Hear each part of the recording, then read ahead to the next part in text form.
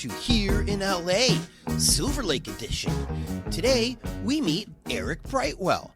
Eric is someone I'd never met before, and you'll hear us hit it off immediately as we nerd out on neighborhoods, boundaries, cities, living without a car in LA, all the great things that you NPR types would have probably loved for me to talk about on every episode. Well, we're talking about it here. Now, today, you've made it. Be amazed at Eric's incredible memory of boundary lines, names of parks, and his obsession with making beautiful maps of Los Angeles. So welcome, Eric Brightwell. Hey everybody, I'm here in Silver Lake. Yeah. With Eric Brightwell. Hello. Hey. Hello, everybody. Fake name? No, real name. What? Yeah. That's why I guess I didn't believe it. You don't meet a lot of Brightwells. I don't. Usher dated a Brightwell, but Really? yeah. that's So only. Was she black or was she white? Yeah, she was black. Are there a lot of black Brightwells? Well, it seems like there's more than white, which draw your conclusions from that. They're loving people. Yeah, that must be what it was. But the white in England, there's been a couple of Brightwells that played for Man City. That's the only other Brightwells of note that I know. Are you a soccer fan? I like playing it. I don't really. It's the only sport I can pretty much enjoy watching other people play. But so Eric, you moved around a lot as a kid. Yeah. But it sounds like you mostly grew up in the Midwest, like me. Yeah. And we fell in love with LA in the last century. Yeah. Well, I only fell in love with it when I came here. Yeah. Which was the previous century. Yeah, 99. Right? Yeah. So right at the end. You go. Yeah. Well, I guess I visited in 98. So it's 25 years ago. Last month. So yeah. Yeah. The end of the century. And you have done something that is super unique. And thank you first of all, for inviting me into your home. Yeah. Thanks for having me. So I can see this in person. But you are a map maker. Yeah. And I feel like you should have been our first guest because you stumbled into something that I learned about when I was doing LAist, which was there wasn't a reliable map for the neighborhoods of LA. And it seemed to us back then, and I'm talking like 2007, right? Yeah, that nobody would help us. Right. And it wasn't until I got to the LA Times that they magically made Mapping LA. Yeah, like the following year. Right? It was. I mean, it started like as soon as I started, they started doing it, which I think is Ben Welsh. Okay. Shout out to Ben. Yeah. But I had nothing to do with it, and it just happened. It was just there, and so that's what I've been relying on. Yeah. And I think we would both agree that it was a good start. It's a great start. It was very helpful to me. Yeah, but then. That's been like 15 years, and they're still using census data from 2000. It's frustrating because if anybody has the resources to make it good, it might be one of the richest people in Los Angeles. Might be crazy idea, and also crazy idea to have a central place that we can trust that doesn't have an agenda, because these realtors are the ones with the agendas. Well, they don't even seem like they trust it anymore, though. Like the realtors don't? No. The LA Times, when they write about something, they'll say like, "Oh, this is in the the East Side or whatever," and it's like, "Oh, I thought you decided that wasn't in the East Side in 2008." But then they're just like, we moved on." I mean, some of the decisions were really weird. Like Pasadena, they said was not in the San Gabriel Valley, and I'm like, yeah, it is. Are they the only ones that are saying that? I don't think anyone else doesn't think that Pasadena's in the San Gabriel Valley. Are they saying this San Fernando? Fernando? They said it was in the Verdugos. Oh. Okay. Which the Verdugo Mountains at no point touch Pasadena or are in Pasadena. So, therefore, to me, it's not the Verdugos. Right. Verdugo adjacent. Okay, so you're looking at your map over here. I need to be looking at this too. Yeah. So we are in your upstairs. Yeah. Do you have a name for this particular room? Is this your painting room? This is the rumpus room. This is the studio. This is also the cat's room, basically. You can see all the cat tunnels and this chair. Do they the instruments? Do they like tunnels? Because they do. Oh my God, yeah. I've got 2 cats. They fire in and out of these tunnels like it's like something's going on, and there's nothing going on. I guess all right, fine. I'll get some tunnels. And the little one plays the toy piano sometimes, so that's why God, I have the toy piano. Adorable. Yeah. That's so in this room, I see maybe 100 different vinyl records in nice wooden crates. Something like that. I see about 100 CDs. I held on to almost all my CDs. Some burned CDs, some waiting to be burned. Yeah. Some blank CDs. And then about a dozen VHSs. And some DVDs, yeah. Yeah. So There's you're about 2 stacks. Are you Gen X? I am Gen X. Yeah. This is And I worked at Amoeba. And so I was like so I used to get free DVDs, so I had to be selective about what ones I actually want to keep. From afar. And this is why this is why I feel bad for the younger generation. Well, I'll just say, like, this is one of the this was such a Gen X thing. When you go over to somebody's house for a party, the first time, you just make a beeline for their media. Yeah. See, like, what books they're reading, Yeah. what CDs they own, what DVDs or whatever. And then that does tell you something about someone's taste. It does. It's not 100% accurate because, like you, I've been in scenarios where I've been given things. Yeah. And I'm like, I'm not really into the Galaxy 500. Yeah. I think you are. I am, yes. Which is a kick-ass band. Yeah. From the 80s. Was that Sub Pop they were on? Man, I don't. I'm so bad about labels. I never thought. Okay, I was a very loner kid growing up, and I never thought about. I had no awareness of labels until I started dating, and then people would be like, "Oh, you like a lot of stuff on Creation, or you like a lot of stuff on," and I was like, "Oh yeah, I guess I never thought about who puts the stuff out." So when you were at Amoeba, were you mostly on the movie section? I was. They asked me to be manager, and I didn't want to do performance write-ups or like break scheduling. Right. So I was like a de facto manager for a while until they got a manager. After our first manager walked off. Walked off the mezzanine. This is at the Sunset location, right? Yeah. Yeah. He just couldn't stand it anymore? He quit over I don't know. You don't have to tell us. You can cut it out if you want, but it's kind of funny. Like, we had very few employees. Someone brought every day they would grab like a 32-ounce Dr. Pepper and a hot dog, and they spilled their Dr. Pepper, got spilled by a different employee on a keyboard, and then they were fighting over who was responsible for it, and our manager just walked out the door. As I was showing up, I was like, "Where are you going?" And he was like, "I quit," and just in the crosswalk, I passed him.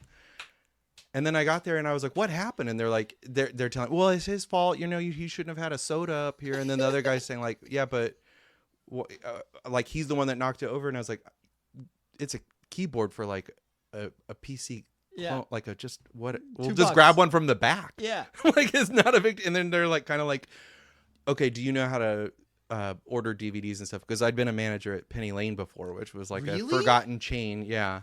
And then they were like, "Okay, you're kind of doing it." And then they were like, "Do you want to be manager?" And I was like, "I don't care when people take lunch breaks. I can't pretend to care. I don't ever want to have to do performance reviews." And they were like, "Okay, so you're just like the DVD buyer guy who's kind of, yeah." So you worked upstairs. Yeah, I worked upstairs. That section was amazing up there. Yeah, it was fun. Amazing. There was a time where we were doing twice the store's business, like in a sixth of the store space. So like we are just how much busier it was up there because people were like getting over CDs before they were getting over DVDs. Absolutely.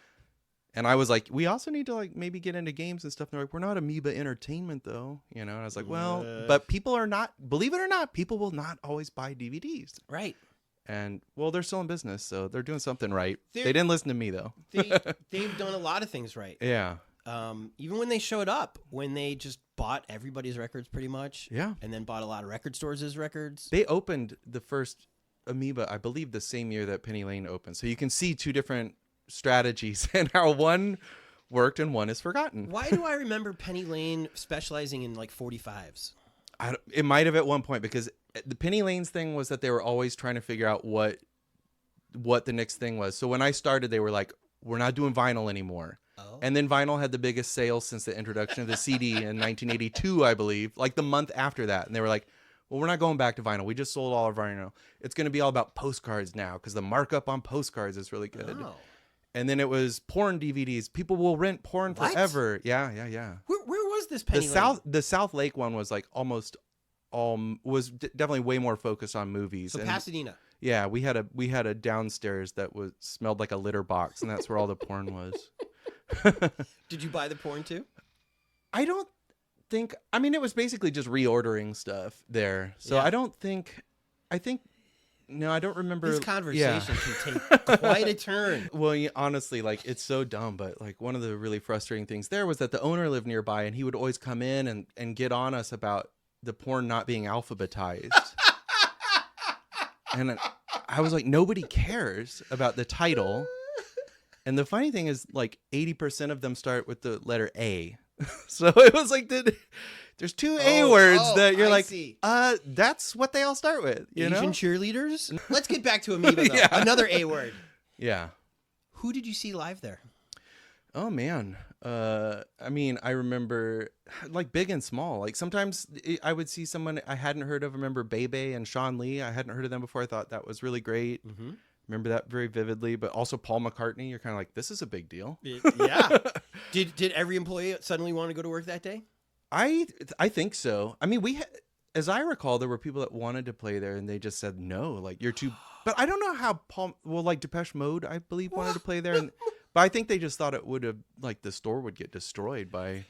Well, because because it's Los Angeles and they're Depeche Mode and like. And I think it was Blockbuster Music did have a mini riot, but that The was riot, 80s? yeah, the Depeche Mode riots, yeah. That was so long ago. Yeah, I know. People are well behaved now. Yeah, I guess. But So they turned away big acts. I think they turned away some big acts. Yeah. Wow. So, but who else played there? I mean. I saw Paul Westerberg there from The Replacements. Okay, I remember Paul Westerberg. It's weird to me that Amoeba only moved so, a couple blocks away. Yeah. I have no interest in going into the new one. I haven't gone to the new one. Yeah. Isn't that weird? Yeah, I know. And honestly, I'm like, oh, that's cool that it's right next to a subway station too. But And a Dunkin' Donuts. yeah, but I just I don't know. Like, I mean, I've been in there a couple times. yeah. But it's just different to me.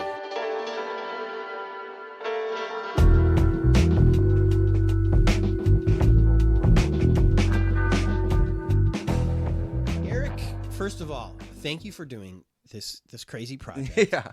Now I'm thinking we should both be in the postcard business. Yeah. If that's where the, that's where the big map that's up where the is, mo- markup is, and then we could do map postcards of neighborhoods. And I proposed that to somebody before. and what did they say? They thought it was a good idea, and like so many things, it just doesn't go anywhere. But I was like, or like trading cards. I'm a giant baseball card Yeah. fan. Imagine you get a little pack, and you're like, I already got a Silver Lake neighborhood I would card. love And it's got stats on the back. Stats. I mean, it's just crazy. Okay, now Yeah. Let me just say, Yeah. the first thing that I love about your maps is it seems very folk art, Yeah. which I like. Yeah.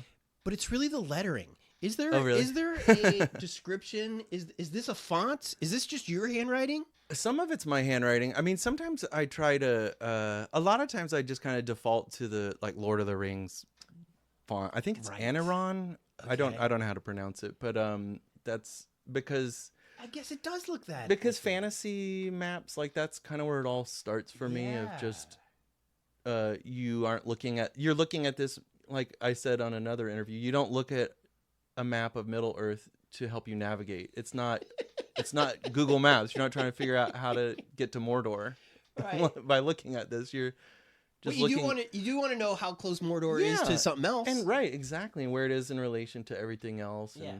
and like what the kind of edges of the known world are in the third age of man or whatever. And So one of the issues that we had at LAist a Mm-hmm. long time ago was we didn't know the boundaries, right, and nobody would help us with the boundaries. right. How do you get yours? I mean, so a lot of it is.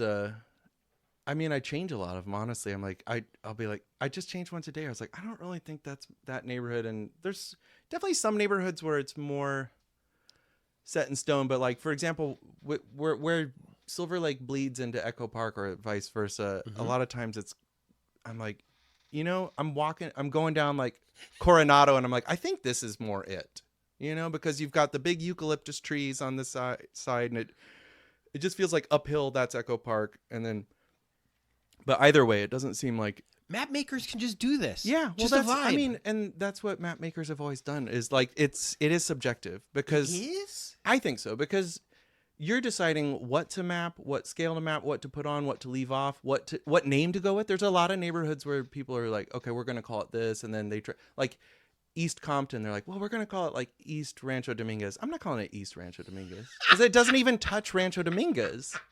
And I know why they don't want to call it East Compton, but it's East Compton. Isn't Compton its own city? It is, but East Compton is an unincorporated enclave that's surrounded by Compton. So in the eastern part of Compton, so it's East Compton. Before I forget, Yeah. Silver Lake, 2 words or 1? 2. Why do people disagree with us? Well, okay, I will say it's always been very informal. And people love here to tell you like, no, this is how it is because this is their experience of this is their view of it. But I went back through the newspaper archives and tried to figure out when people, because we know when the Silver Lake Reservoir was built, and it's named after a guy named Silver. He's not named Silver Lake, but Westlake's 1 word, so. Oh, that's a good no point. one writes that as 2 words, but no one writes Echo Park as 1 word, so it's like it could go either way, right? So looking in the old newspaper archives, it took a few years after the reservoir opened or was completed for people to start calling the neighborhood Silver Lake.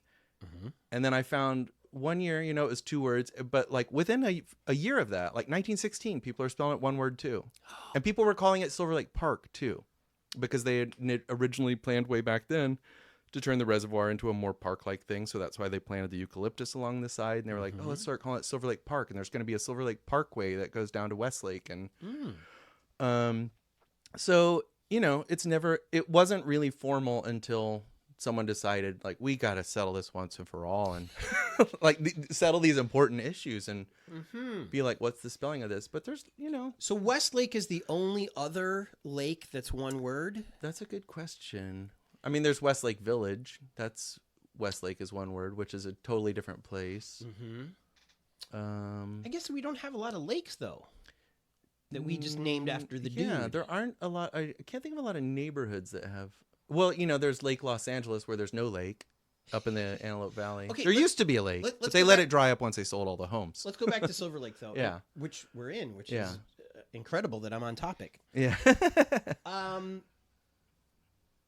It was the Silver family. Yeah, Herman Silver. He's the water commissioner. And or water board. He planted his flag over here. I think it was named after him maybe after his term had ended by William Mulholland, because William Mulholland built the dam and then it's like, I'm gonna name it after my predecessor or something like that. Yeah. And so that should be done. Yeah. Like it should be a thing. Yeah. But I see, for example, the Silver Lake Lounge. Right. Right. 1 word. It definitely was spelled, from what I can tell, looking at the newspaper archives, because you can see like the usage on a graph. The 1 word spelling was much bigger in like the 50s, 60s, 70s, 80s. I don't know why, but if you see businesses, so Silver Lake Lounge opened in the 60s, I believe. So it's like, of course, it's 1 word. But they never put up signs anyway. They never like, one of the things that's funny about Los Angeles to me is that. And that mapping LA was trying to sort of solve was we've never had ward. Well, we did have wards way back, but that's another. But we don't have wards now. We don't have boroughs. We don't have any kind of. That's why people will say, well, here's where I think the West Side is. And then someone else will say, well, here's what I think it is. Yeah. But there's no West Side borough. So you can argue about that. In New York, you would never say, well, I think this is in Queens, and then someone else say, I think that's Manhattan, because there's no argument. It's like, no, it's not. It's in one or the other. But here you could say, so I found, a lot of people will say people never called Silver Lake the East Side until, it started getting gentrified. I found records of it in the LA Times from the 50s being referred to as the East Side. But I also know people that have always called it the West Side that live here, and all the gangs tag West Side that are here. So, yeah. That's a battle I don't fight. It's definitely rooted in perspective, like where you're right. coming from. That's so if you live in Pacific Palisades, you're probably like, well, it's funny. I used to go to a club in Westlake that was called East Side Nights. And I just thought the irony of this, like, you're in Westlake. Hoover was the western border of the city from 1781 till like 1909. Oh, really? So it's like you're as west as it ever got for over a century. Yeah. And you're like, this is the East Side, baby. Because you know that the people that called it East Side Nights were coming from west of that. Right. Well, and you're absolutely right. I think it is perspective. Yeah. And it is But weird. that's racially rooted in Los Angeles. It's hard. You can't really separate that. No. And South Central, the changing definition of that. Excellent point. South Central Avenue is what South Central is named after. Okay. And if you talk to older heads, they'll say, they don't think of Crenshaw as South Central. They're like, that's the West Side, but and I talked to someone once who was, because I've seen Inglewood referred to as South Central. Mm-hmm. And it's like, that's okay. But I know other people are like, no, that's the South Bay. That's the South Bay's city of opportunity. Yeah. Yeah. Inglewood, South Bay. But then, West Side Connection wasn't called South Bay Connection. So it depends on your age, I think, a lot of it. So am I crazy to just be lazy and call anything south of the 10 South LA? I don't think it's crazy or lazy. I think, but I don't. It is complicated because I do think it became shorthand for like wherever Black people live. That's right. Right. And or used to. Right. Because I hear it's right. It's Exactly. majority Latino now.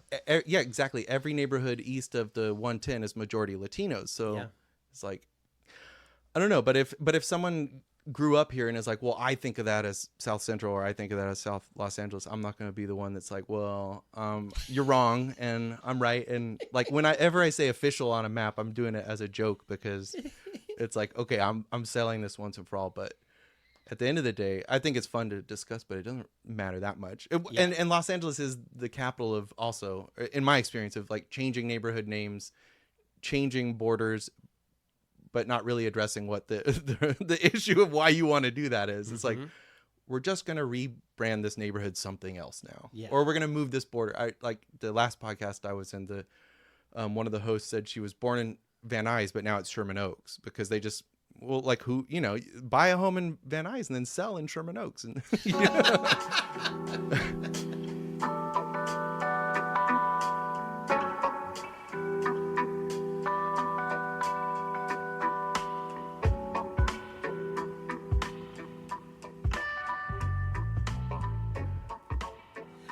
Okay, so let me ask you about the city itself. Mm-hmm. Have they cooperated with you at all on any of these maps? Like, no. It sucks, I think, that you've got to look at the newspaper. We have a city hall over here with records. I know. It is, but this is one of the things I feel like about writing about Los Angeles and stuff. Like, not to toot my own horn or anyone else's, but if you're writing about Los Angeles at all in any extent, you come across other people's stuff. And people here are so bad about giving credit to other people. Guilty. I stole your map. Yeah.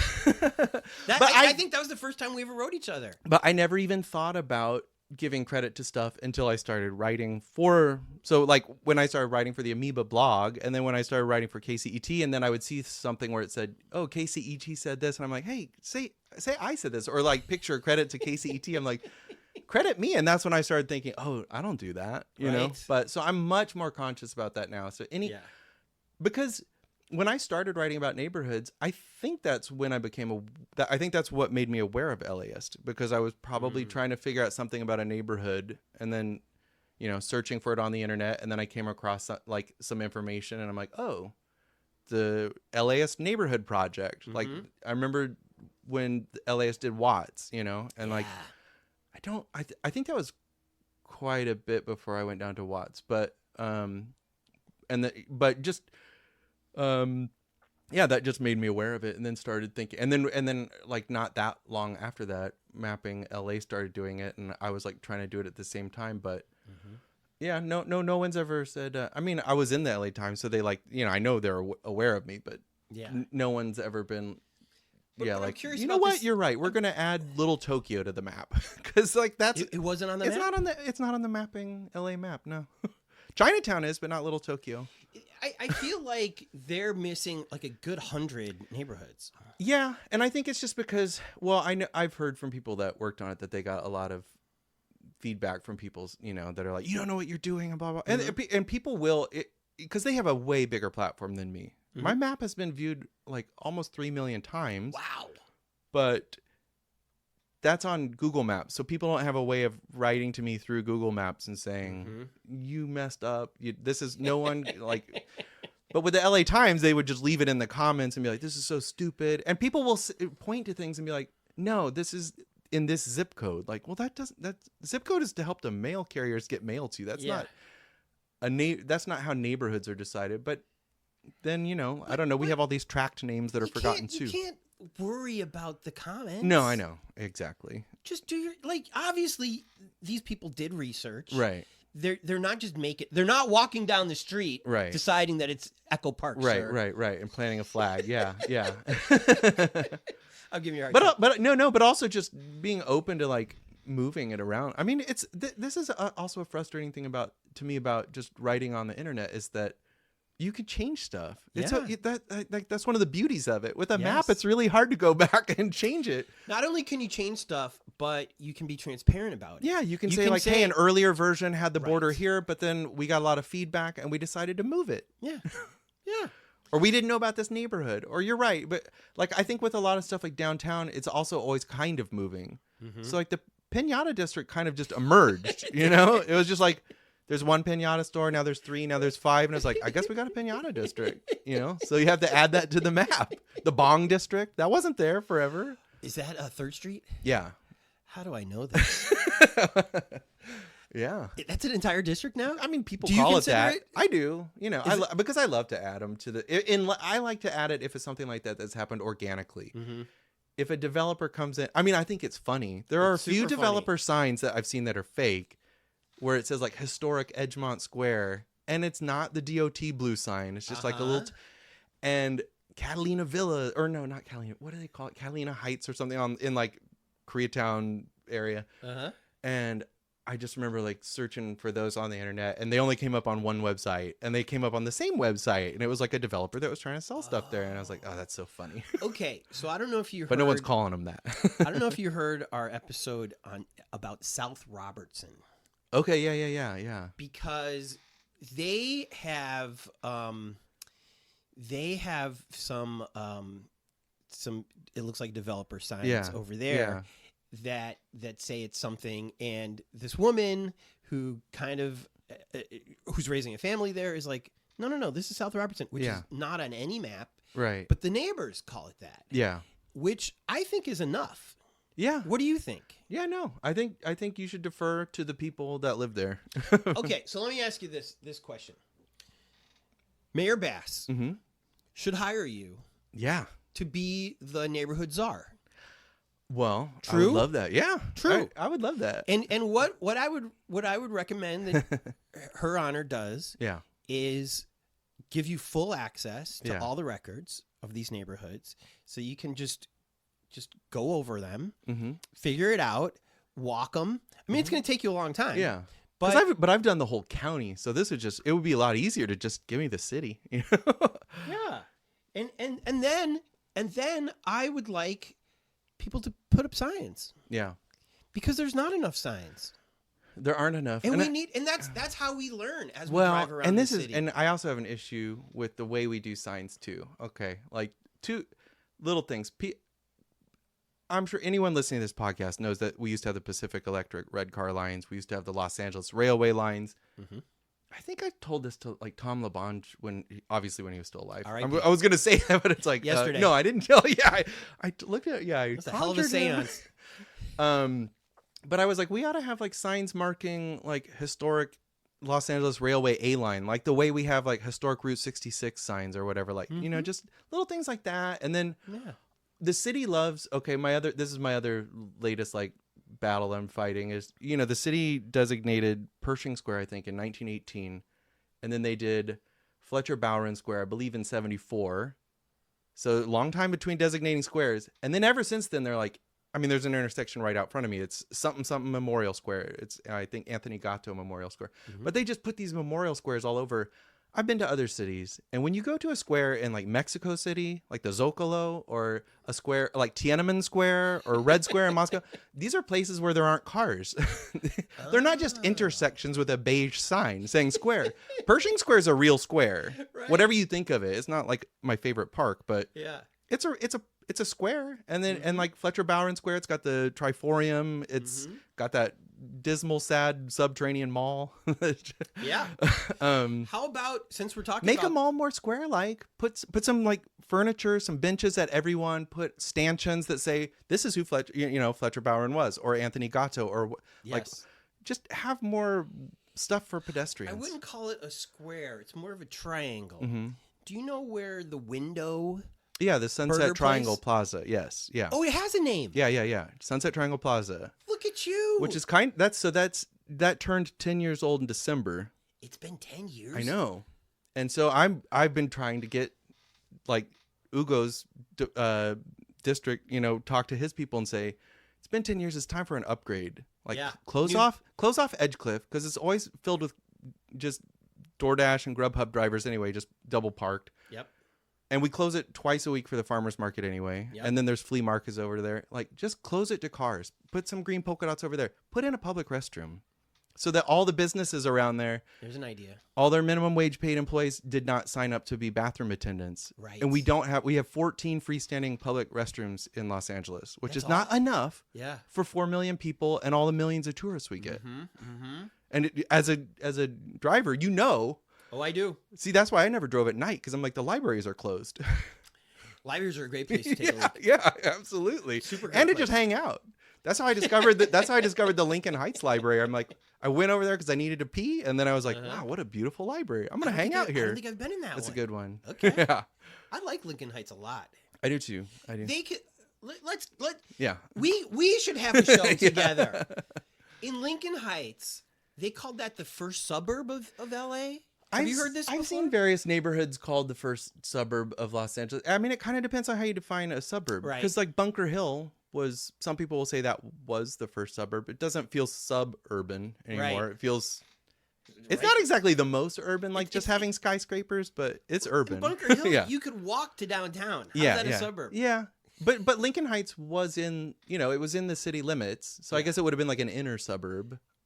Like, whereas you might say like Garvanza or Highland Park, which were outside of the city, Sycamore Grove, those were all their own towns, their own communities, and those got annexed in. Like, I don't know, those to me are suburbs. But Crown Hill, Garvanza was the one that made our neighborhood project oh yeah, like next level, because that might be when I came across it. Honest, what was great about that was so many of us didn't even know that little nook existed. I only knew it from the signs. Back when I had a Right. car driving down the 110, I would see like Garvanza. I'm like, what's that? Is that Garbanzo?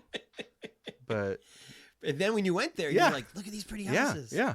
But then when you go even further up, you're like, what is this area? Because there's Arroyo Seco Highlands, I think it's called, where it's all like 50s, 60s, 70s, like groovy, brown hammered glass. Yeah. Just all these groovy ranch homes. I'm like, this is not Garvanza or Highland Park. Yeah. Which again, I think our city has enough money to hire you to do this. Yeah, I think they and do. I think it's an ongoing history of the city. It's It'll never be finished. That's why I am so interested in doing it, because it's like, I could just do this for the rest of my life. that's what this crazy podcast Yeah, is. exactly. And when I started it, I thought there was 250 neighborhoods. Yeah. And you're talking in the 400s. I keep finding more and more places. Yeah. Well, and then people, I mean, right away when I first started doing them, people were like, well, what about the neighborhoods of Long Beach? And I'm like, yeah, I guess if you're going to do neighborhoods of Los Angeles and then all the communities in Los Angeles County, then why would you just do one city? So I was like, yeah, okay, Long Beach neighborhoods, and then Pasadena, and then Compton, and El Monte. And you're like, I mean, but it does become crazy, because at a certain point, like, not every city has neighborhoods, right? Like Hawaiian Gardens, no one's like, I'm in North Hawaiian Gardens. I'm in downtown Hawaiian Gardens. Like, it's just all Hawaiian Gardens, right? Like, it's too small. Artesia. Also the biggest catfish of a name Yeah. Oh, totally. in LA. And one of the great total BS Wikipedia entries where it's like, well, there used to be a fruit stand that sold hooch during Prohibition. And then you look it up and it's like, no, there was like a tract name there from like 1905. They just thought it sounded like, oh, it's tropical. Yeah. People want to buy here. Yeah. There's so many of the Ivanhoe. I mean, because this is the Ivanhoe area of Silver Lake. If the Wikipedia entry is all about Hugo Reed came here from Mexico and was like, wow, it reminds me of Scotland. And even though he lived in Arcadia, and like, that's just a bunch of BS. It's like, no, the name doesn't appear until William Mulholland is like, this is the Ivanhoe tract. And here's its weird history that doesn't stand up to any kind of interrogation. Right. Okay. Let's talk about the cities for a second. Yeah. Because I never do. Yeah. I only care. You're care strictly neighborhoods of Los Angeles. because I'm only so many years old. Yeah. And it's gonna take me Someone else is die. gonna have to do here in Well- Glendale and here in. Well, my secret plan is to get the city of Glendale to pay me Oh yeah, to okay. do Glendale, Yeah. and then I'll do it. You need a team. You should be. I definitely need a team. I mean, this is what I used to say to KCET. Like, you should have like a Yule Hauser squad Mhm. where you just send. You're like, okay, your specialty's this architecture, and you're this. Yeah. Dogs eating avocados, and because no one person can do what he did, how he did it, and shouldn't try. Also, my issue with Huel is my same issue with Anthony Bourdain. Yeah. Awesome talent, lovable men, Yeah. but it becomes their show. Yeah. I don't want it to be the Tony show. Right. I want it to be the Eric show Right. and the Silver Lake show. Right. And that's why I want a team. Yeah. I don't want to, even if I just stay mellow, it's still the Tony Pierce presentation. Yeah. Yeah. Yeah. Which is not the goal. Yeah. The goal is to learn more about this nerdy shit. Yeah. Yeah. Right? Yeah. Yeah. Yeah. And so, Which is also why I hate how gatekeepy so many people seem about this stuff. It's like, don't you want people to, if you love this stuff, don't you want that information to get out there? Like, whoever gives it or finds it, like, what instead are of they gatekeeping? I just feel like people are like, no, you got that wrong. Like, for the real facts, you got to come straight to this one person, and like everyone, or just people just want to like sit on, like, okay, if I know that if anyone look for like Thomas Brothers, for example, Yes. they used to put fake streets on all their maps. What? Because you'd never be looking for it, but if you copied their maps, then they'd know. How did I never know this? So, yeah, because I guess there's no harm in it, because you're never going to be like, well, I'm genius. looking for Sinclair Court. There's, but why are you looking for an imaginary street? But if there's a Sinclair Court on there or whatever, you're like, that is so they perfect. copied me. Okay, so you moved here when? 99, I moved here. So yeah. were you using Thomas Brothers? Yeah, I had Wasn't like that 3 the of those best? get stolen, I think, because they were valuable. I had They like stole 'em shady. right out of your I had car? shady friends. I think it was a particular one of my friends that would just borrow a lot of stuff, intend to give it back without asking, and then lose it, and then have to borrow another one and be like, "Well, he's doing better than me. Well, he can afford a Thomas guide." That you just cannot steal a man's Thomas guide. So there was I had all 3. I had the Orange County, the Valley, and LA. Yeah. And then they incorporated a couple of them. They had like the double. I only in had one. I mean, one. I don't think I ever had like an Orange County one. Yeah. Well, that's where I would get lost. Yeah. I needed that one. Yeah. Yeah. Let's forget the cities. Let's talk about Orange County real quick. Yeah. And good libraries. Yeah. Cerritos. Have you been to the Cerritos? Well, Cerritos library? is in Los Angeles County. That's my question. Oh, is the library though there? I don't know. Okay, well, yeah, it's I heard that partially Cerritos is in Orange County. Have you heard this? No, I could be wrong. Okay, so because it might be on the other side of Coyote Creek, which is this sort of not super obvious dividing line for a lot of Orange County and Long Beach. So there's a neighborhood in Long Beach that's separated by, I think that maybe even the San Gabriel River. It's as east as you could go, because Long Beach, and it's where all the police officers at least used to live, because Long Beach said you have to, if you're in Long Beach Police Department, you have to live in the city. And they're like, well, we're going to live pretty much in Orange County then. As far away as you can. As far as we can from the center of everything. Yeah. Where all the Pokemon monsters are. Which is that where they got No, busted? I don't know if you heard about that. I though. did hear about that. But was that where they got busted? No, it was LAPD. Okay. The finest. Don't you think LA cops should have the same rules? Yeah. I absolutely think you should have to live like, yes. Not how you get to. Right. You get But to most know of the them, people in your but so neighborhood. many people that work live in other counties and Right. commute in. And it's like, how are you going to know anything? I don't know. I mean, Also, aren't you going to hate the city if you? well, that's the attitude that because the time where I encounter as a car-free person, I encounter police on trains a lot. You do. And now you see the Metro ambassadors more, which I'm grateful for. Yeah. And I think they're so much Oh, more I helpful. thought you meant commuting. No, not just coming on to like shake down a homeless person for fare evasion, Right. But anytime I would ask, like, does this transfer here? And like, they would never, I swear to God, none of them ever knew what line they were on. At the height of the pandemic, I never saw a single one wearing a mask. Nope. I noted the one time I saw one, but that was in a car, like driving by themselves, or they don't need to. But, Maybe there's a dead body in but the the back. attitude too was just like, don't bother us. We're busy, like doing the important work of just like demanding that someone didn't pay $1. Yeah. Yeah. Demanding that they pay it and costing us more That's right. than they're getting back, even if those people were to pay. Okay, we're just switching gears. We are. I know this is. I bounce astrological all sign over are the you? place. Okay, so I've always thought I'm Gemini, but then I heard that I don't put any credence in this, but I heard that the Babylonians, when they developed the zodiac, it was meant to change every 1,000 years. Yeah. A couple signs, so I You're don't a know. Gemini. Okay. This is why, and I'm a Libra. This is Okay. why we're bouncing around. Okay. We're air signs, and this is what we do. Okay.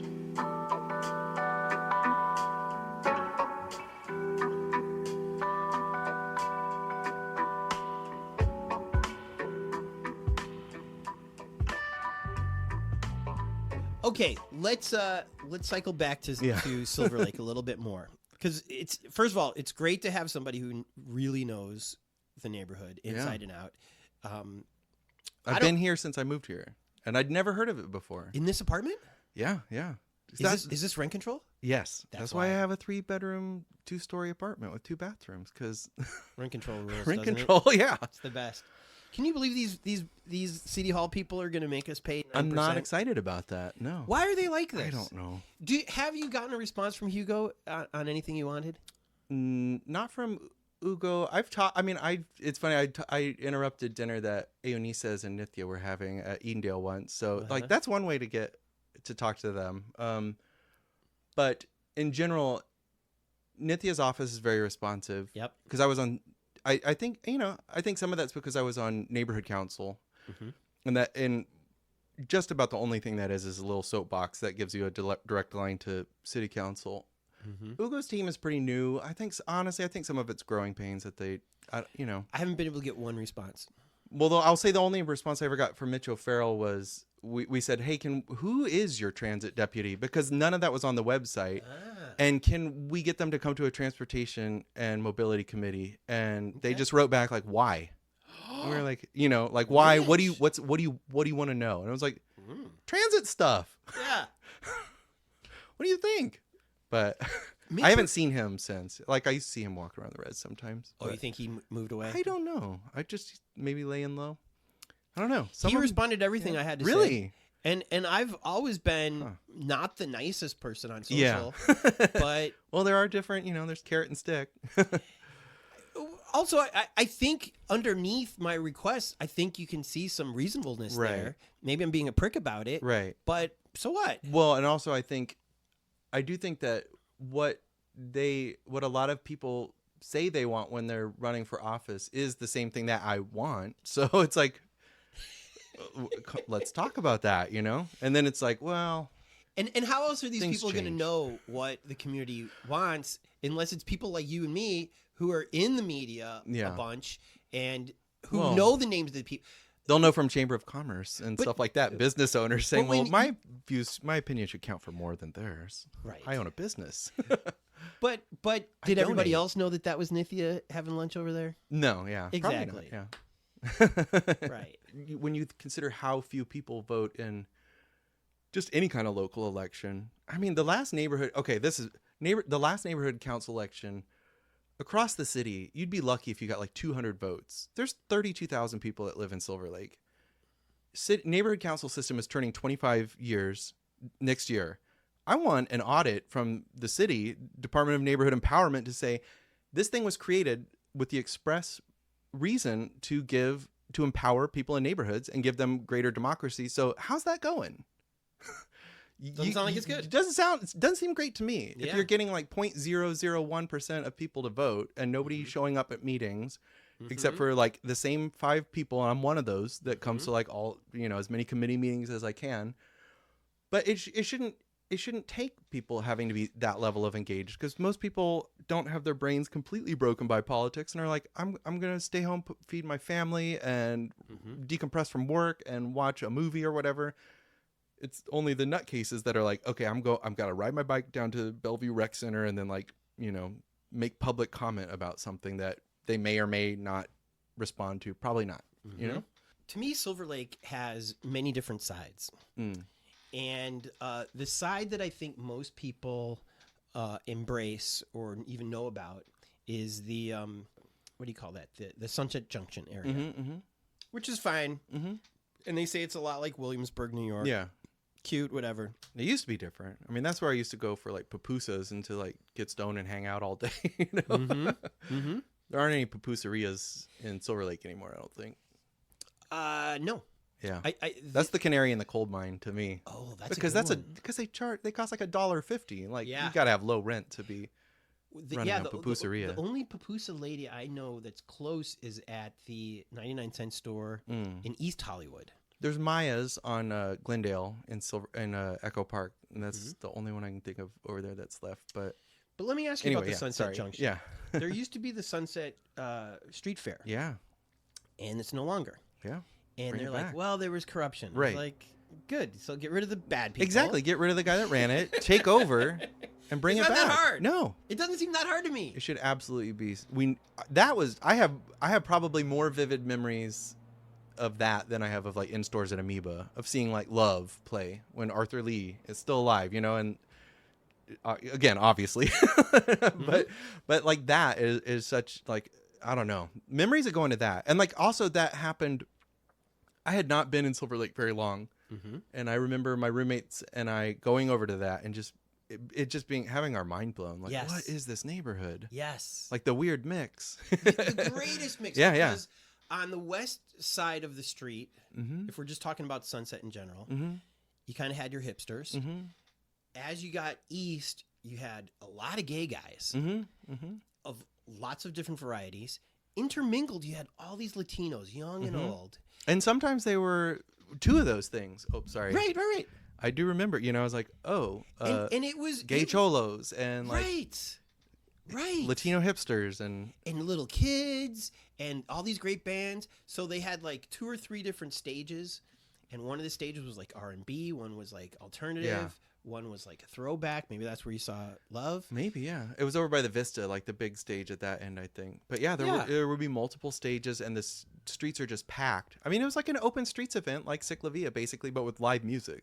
Yes, you and know? food, and no room for bikes because it was so popular. That's fine, but I'm not complaining. Yeah, just saying there was no mistaking it for a bike marathon, which sometimes and people do. The only complaints I ever heard about it was the price. It was never the traffic. Right. It was never that these streets were closed. It was never the loudness of things. It was just that this used to be free. Right. Then it was $5. Now Right. it's $20. Right. Like, what the hell's going on here? So, and no one's getting paid. Right. Allegedly. Yeah. And so I don't see why it would, because in San Francisco they have street fairs in tons of neighborhoods up there. The cat wants to come in. Is the cat going to be cool? If the cat He'll be cool. I love how animals just rule. Well, especially cats. My cats decide when it's time to eat. Yeah. And I'm like, no, you don't. No. Well, one cat decided it was time to eat at 4 this morning. So the other cat, and we did not do that, but she kept trying to get me to feed her for 2 hours. So this is such a fluffy cat. Yeah. What kind of cat do you call this? I think he's he's probably mixed, but I think he's part, if you look up orange tabby Siberian forest cat, you will see cats that look like him. Interesting. That are very large because people can't see, but when he stretches out, he can grab my belt when he's standing on his hind legs, and he's very strong. And he's very social. He's very dog-like. Oh, it's a he. Yeah. The other one is a girl, Azuki. My boy cat is very much like a dog too. Yeah. I mean, he runs to the door when people come. Yeah. Sometimes scares people at the door. How sweet is this animal? Okay, right now, so speaking of drugstores, there's a CVS over here on, is that Silver Lake? What street is that over here? Where your Whole Foods is? The Whole Foods, that's Glendale. Yeah. Glendale Boulevard. Yeah, that's the off-gas, hot glue smelling one. Yeah. Yeah. That used to be a Whole Foods 360. Remember that when they was first... it 360 or 365? 365, whatever it was. Yeah, I never knew if it was degrees or days. Right. And then it changed to a regular Whole Foods. Yeah. Was there any difference? I think it was a little... I don't think they had as many products there was at first. And then I think when it sold to Jeff Bezos, they all just became Whole Foods. And it was like, they're all going to be the same. You have a little diner over there. By Whole Foods? Yes. Oh, the Astro. Yeah. Do you ever eat there? I've been there. I mean, I used to, so I used to go there a lot not because it's like the food's not amazing. No. And it's kind of pricey for what it is. Which is why I'm asking about But it. the ambience is great. Right. And it's open all the time. Mm-hmm. And so I used to go down to Rodolfo's where they used to have this night Bebop Battlin' Ball, which is like a rockabilly night or Rosabilly, because I was literally usually the only white guy there, except they had like a British DJ who was white. Uh-huh. But yeah, it used to be all Latino, and then sometimes I'd go afterwards with friends I made to Astro afterwards. So. Uh-huh. Or with my roommate at the time, yeah. So I haven't, I used to go down there a lot more, but that's I can make a grilled cheese with white bread and right. American cheese. But that's my point about Astro. Things are closing left and right around us. Yeah. This overpriced, not great tasting food, but beautiful architecture, just survives. Yeah.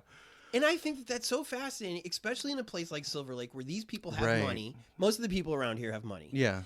And they know what good food is. Yeah. And somehow it is one of the oldest places in Silver Lake, restaurants that's been in business. I mean, Casita del Campo's been around since 1962, I think. Let's talk about that real quick. Again, to me, it's not like the best Mexican food. But it's so fun. But the ambience is great. The margaritas are The good. margaritas are very strong. Yes. And that tile that they have is it's you feel like it's authentic Mexican place. You get a different you get a totally different dining experience there if you go with a male friend than if you go with a female friend. If you go with a female friend, they will shunt you off to a dark corner. Are you saying this because they want to be open to the gay men? Well, it was actually our mutual friend Colin Marshall that said he described it to me as a gay club that also has Mexican food. And that's the vibe there. And there's a basement, like a drag basement. Never been in the basement. They have a lot of great drag shows. We go there because they have they do a lot of Golden Girls nights where they just do it in drag, and they pretty much just do it line for a line. Like they don't add a bunch of stuff. The whole episode. Yeah, and there will be a couple of asides, every once in a while. But it's so funny. And like whenever we talk about we'll never be able to afford a house in Los Angeles, should we move to if you ever do the real estate porn thing where you're like, wow, this Victorian mansion in rural Mississippi is only like $200,000. Which is still like more than I can even dream of. But then you think, yeah, but they're not going to have like Golden Girls drag nights that you can walk to there, or in the state probably. Yeah. So yeah, which again is one of the greatest things about LA. And wait a second, was maybe a girl on your neighborhood council when you were there? She's still on the neighborhood council. Yeah. So she actually, I mean, credit to her because the neighborhood council for a very long time. I went, the first time I went was like a decade ago when they were tearing down the coffee table. I don't know that place. The coffee table was on Rowena. Again, it wasn't great food, but it had indoor, outdoor, like big patio in the back. The ambience was great. It's nice to have when you're in your 20s and you're hungover a lot, it's nice to have a place that has coffee and breakfast like a block away. So I used to go there a lot. These developers from Miami bought it. We're going to tear it down. And I'm not against all development, but they wanted to replace it with a thing that really did look like a maximum security prison. It had like a courtyard in the middle with like all the windows facing inward and then like a subterranean parking. And I was just like, this is awful. So I went to the neighborhood council and, I was like, I just want to see like, if you're going to replace it, can you have like a commercial level on the bottom at least? So maybe the coffee table or something like it can move back in. They were like, yeah, we'll think about it, and then they ended up replacing it with something in between that does not have commercial level, and to me looks like a specialized nursing facility, but it is charmless, in other words, and does not feel like it engages the street at all. Because it's like, oh, there's a parking lot back there, and everyone just drives in and out, and I mean, kind of like the place next door. Like I've never seen anyone walk in or out of this development. You just see the gate open and a car drives off and presumably goes wherever it is that wealthy people go, and then they drive back. Silver Lake is where Moby had his yeah, it's right, it's like almost right next door. Yeah, it's 2 doors down. Yeah. You ate there all the time? I ate there sometimes. It was a mixed bag. They went through a lot of different chefs. We went there, Una and I, on opening night, and they had I remember we got Brussels sprouts when Brussels sprouts were coming back, and they were good, but I was like, I can make this again. I'm just like, I'll just air fry this with some olive oil, and like it's gonna be just good and cost a lot less, and I like cooking. Oh, but then there was also like a mac and cheese that is vegan, and I was like, okay, this is not working. Right. Like, maybe someday we'll have a good vegan cheese. It's getting better, but we're not there yet. And also, like, they had wine, and I remember having wine.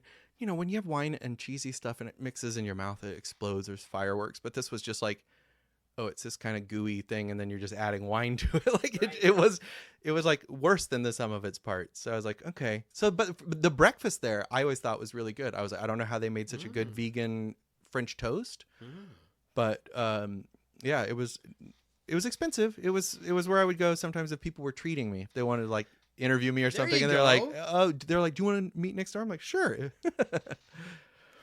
This cat. He strategically finds the midpoint between humans in a room, and he seemed to be okay with me petting him with my foot. Yeah. So and then he was like, enough. Right. So if someone was staying over there, he'd probably move a little bit. The center of gravity in the conversation would move, and he'd be like, okay, I need to, as long as he feels like we're talking to and about him.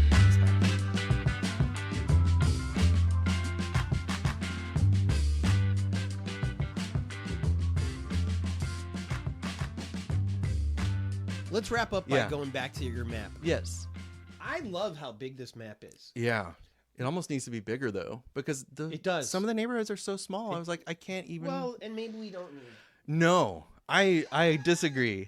I'm pointing at the islands, which are taking up half of the map almost. But that is one of the beautiful things about Los Angeles to me. And one of the main reasons when I came out here and I saw the Channel Islands on the horizon, I mean, I had friends that were in Santa Monica. I was like, what are those dark shapes on the water? We went to Malibu, so we could probably see Anacapa and Catalina. And they're like, oh, it's just islands. There's nothing there. Like, no one lives there. Oh, and I was like, did people ever? Yeah, like 13,000 years ago, the first humans the first oldest human remains ever found are on those islands. I'm like, what? That is nuts. In the Americas. Huh. That's nuts. And you guys just think it's boring because there's like nothing to do out there? I like the outdoors too. I mean, that's one of the things I like about Los Angeles is that it's urban and rural and there's mountains and everything. Yeah. And so I always feel like whenever you see a Los Angeles map, usually Catalina is shrunk into a tiny little box. It gets the Alaska treatment. Yep. And or San Clemente Island is left off. But I think that's crazy that there's all this water and that there's these huge islands down there that are like bigger than San Francisco in size. And they have to be on. Catalina's bigger than San Francisco? I believe so. In like, not in population, obviously. Right. It's like 3,000 people, or maybe like 2.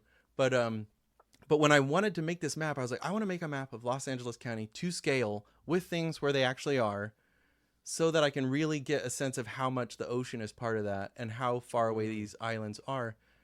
But then making it even that big, I'm like, it still needs to be like, honestly, it could be twice that big and it would still be hard to read some of the tinier neighborhoods. And I still had to leave a couple off because I'm like, I'll just put like AH for Angelino Heights or something because it's too small. Right. Okay, so you've convinced me. The mayor not only needs to hire you, but she should commission you to make a kick-ass big version. Yeah. Of this. Like a 3-story mural. Well, in Union Station. Yeah, that would be great. We both love public transportation. Yeah. There's that shit sculpture. Do you know the one I'm talking about? In Union Station? Right. When you're coming out of the subway, up at the top of that, you're greeted with this pyramid of brown and garbage. I can't even. There's one by Pastores Plaza. It's inside. Okay, there's one by Pastores Plaza that's inside, and that's stuff that was uncovered from the old Chinatown because that's what was there before they put Union Station in. So it's like fragments of Chinese pottery and stuff. Oh, so it might be that one. Is that what that is? Here, but look at me, just happen to have this. Yes, yeah. So this is Chinese pottery. That's stuff that they dug up when they excavated. So that's cool. Does it look like a big poop? Well, it looks like an emoji, the turd emoji. It does. with like bits of glass and pottery in it. And now you convinced me it should stay. It should stay. Maybe they have a little more signage that makes clear what it is. Yeah, not poop. Right. And then across the way, there's this giant wall that's Yeah. like 3 stories tall. Yeah. Shouldn't you have something like this? Or I would want it to be actually a little bit more, what's the word? Interactive. Because I would want people to be able to get in there real good and play with it. But I wanted this style, though. Yeah. I don't want it to look like Google Maps. Right. Which is my only gripe about your map Yeah. is it's based on Google Maps, which isn't the Which easiest. I did just because it's going to find the most people that way. Oh, yeah. Because I don't make any money from people clicking on Which is sad. Google Maps, but yeah, because seriously, imagine if I made a penny and it got clicked on 3 million times. But anyway, We'll make money for you soon enough. but Don't I hope so. We will. But the mayor loves this podcast. I what was I going to say? You threw me because you embarrassed me. What? I'm This should blushing. be 3 stories high. Yes. And it should be Interactive. interactive, where you can zoom, you could do shit. Google Maps. I made it on Google Maps because the main goal is for as many people who are looking for, like, what are the neighborhoods, to find it, and not to be like, this is my version, but to have as many people get back to me and say, like, I think the border here, or what, or have you heard of this neighborhood, and add that. So I welcome feedback, and I want feedback. It helps if you're, like, not rude when you give it. That's right. You know, but I want it to be interactive, and I mean, because there's a lot of stuff that, like, honestly, it's not in my bandwidth to try to figure out.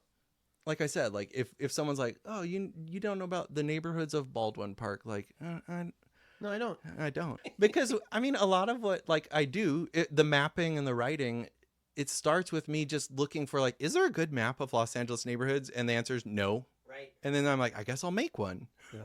And then, you know, is there a map of the trails in this park? Nope. And then I make a map of trails in a park.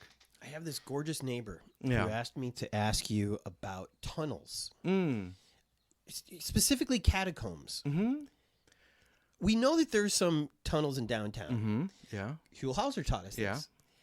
Are there, like, any, like, caves, like caverns, like? There's the old subway that's closed off that goes to Belmont Tunnel, and there's tunnels in the San Gabriel Mountains, like a nuclear escape route that I've been in, that they never finished and then they just gave up on. They're near the bridge to nowhere, so people call them, like, the tunnels to nowhere. Okay. But No catacombs that you know of yet. not under, you know, I mean, there's storm tunnel. I don't know of any. I did want to do a map of, do you know about the lizard city underneath Los Angeles? No. This was taken seriously enough in the 1930s that they had it in the Los Angeles Times, and some guy published a map, and he said there were lizard people and these are different than the lizard people like Obama that from another planet. These are a different kind of lizard people. I don't know that much about them, but I'm curious. I mean, it would be a good Halloween month post. He said there's lizard people under Los Angeles, and they, for whatever reason, they liked gold just like humans, and they had gold storage down there. So he convinced the city to let him dig a deep tunnel, basically where the Broadway metro station is now, and that's like the deepest station. So I was like, "Are you guys building this because you're trying to find the lizard gold?" Because he didn't find it. Wow. But you have to. But okay, so here I have lots of questions about the lizard people. Like, are they lizard size? Because then what's a lot of gold to them might be like, you know, 3 coins. I don't know. And then it's probably not worth digging down. Or are these like human-sized lizards? Are they bigger than us? I don't know. But there's rumors. So there's rumors of underground stuff. And there is a guy on Instagram who just like rides bikes and goes into like storm drains and underground. So there is a lot of underground stuff. There's a book called Brown Acres that's about the sewage and storm tunnels underneath the city. And it's basically a kind of ultimately, it's kind of a depressing story about Los Angeles and how people always know what needs to be done, and they just want to do the cheapest thing, and then that doesn't work, and then it's more costly to do it right, and then they just do it a little bit better, and then it doesn't work, because that's kind of Metro, you know. I've got a couple questions for you about the valley. Yeah. According to your map, the valley doesn't seem to have sub neighborhoods. So within like Encino and Sherman Oaks, there doesn't seem to be, and I think that's typical of true suburbs, right? Yeah, I smaller. would consider those. Growing up in Chicago, yeah, even though where I grew up, is huge and only 45 minutes away. Did you grow up in the city? Oh, you No, grew up in I the grew up Chicago land. Yes. It would be equivalent to like Reseda.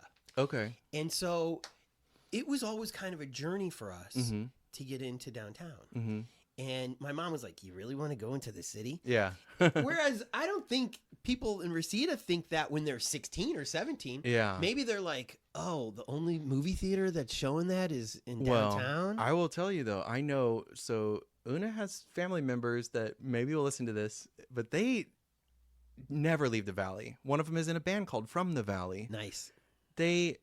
Anytime they have any kind of event, they're like, oh, it's in it, and it seems like it could be anywhere in the Valley as long as it's in the Valley. Right. It's like, oh, we're having this thing in Encino, or we're having this thing in Porter Ranch, or they live in Mission Hills, and it's like, oh, do you want to like come to Silver Lake? Like, yeah. But my point is that I would consider the Valley the suburbs. Yeah. Based on my childhood, it's suburban, where to me, it's far enough from the downtown. Yeah. Because there is no downtown in the Val. Right.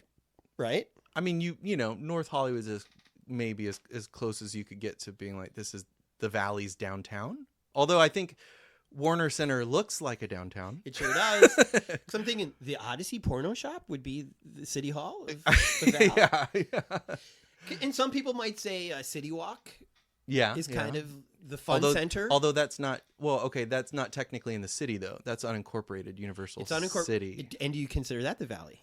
I do, yeah. Because to me, the Valley first and foremost to me is like what a valley is defined as being, and I can't say the dictionary definition, but it would be something like a geographic depression that's surrounded by mountains or hills or something. So when people are like, oh, isn't Glendale the Valley? It's like, well, the part that's in those hills that's next to Burbank, but not the part that's next to Pasadena. Like, it's both within and without the valley, just like Los Angeles. You know what? I might write the mayor a handwritten letter and say, hire Eric. Yes. Do you remember when Christopher Hawthorne got hired by Garcetti because it was like he's got all this criticism about architecture, and it's like, I'm just going to hire the criticism. Maybe I need to be more critical.